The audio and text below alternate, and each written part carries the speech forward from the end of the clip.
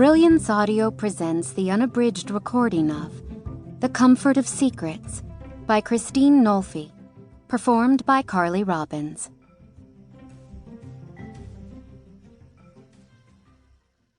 Chapter 1.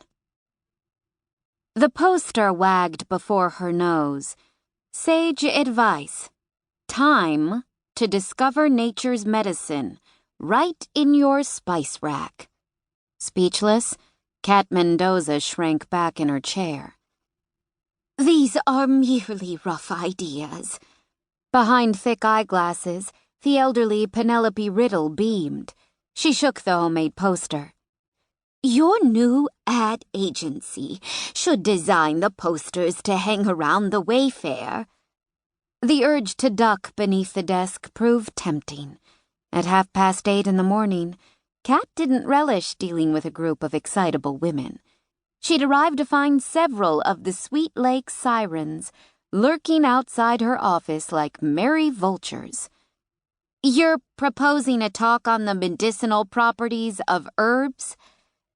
Interesting, she murmured, thinking, not.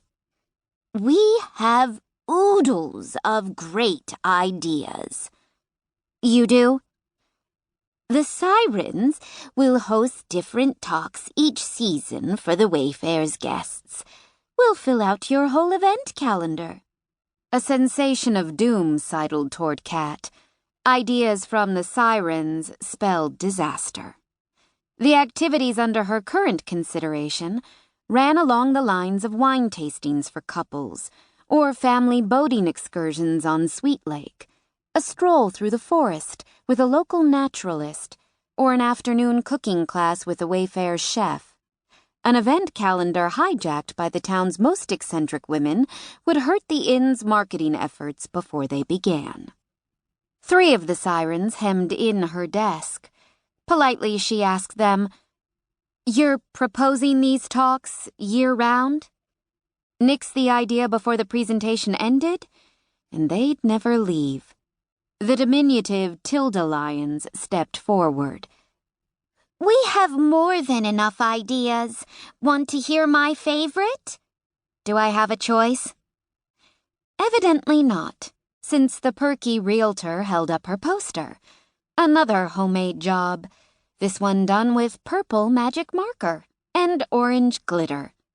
Handing the posters off to AdWorks, as if the ideas held merit, didn't appeal. In despair, Cat read the pitch. Then she gasped. Still angry? Reach loved ones in the afterlife and have the last word.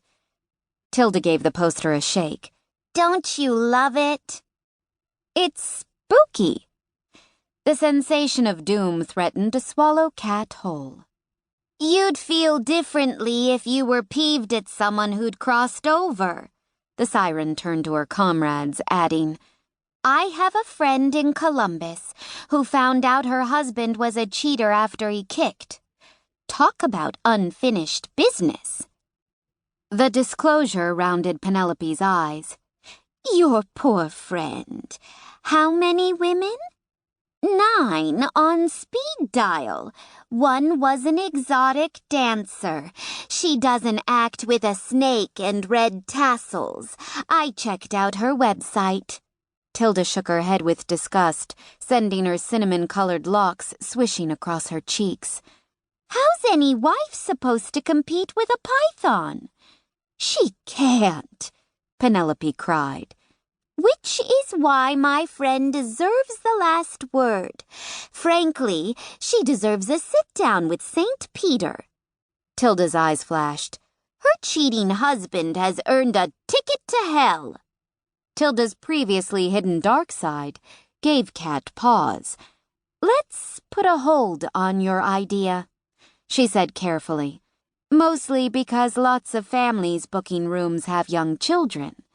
And it'll creep out the guests. A defeat, but the realtor stood her ground like an avenging fairy prepared to send unfaithful husbands straight to hell. We won't hold seances or do anything to scare kids.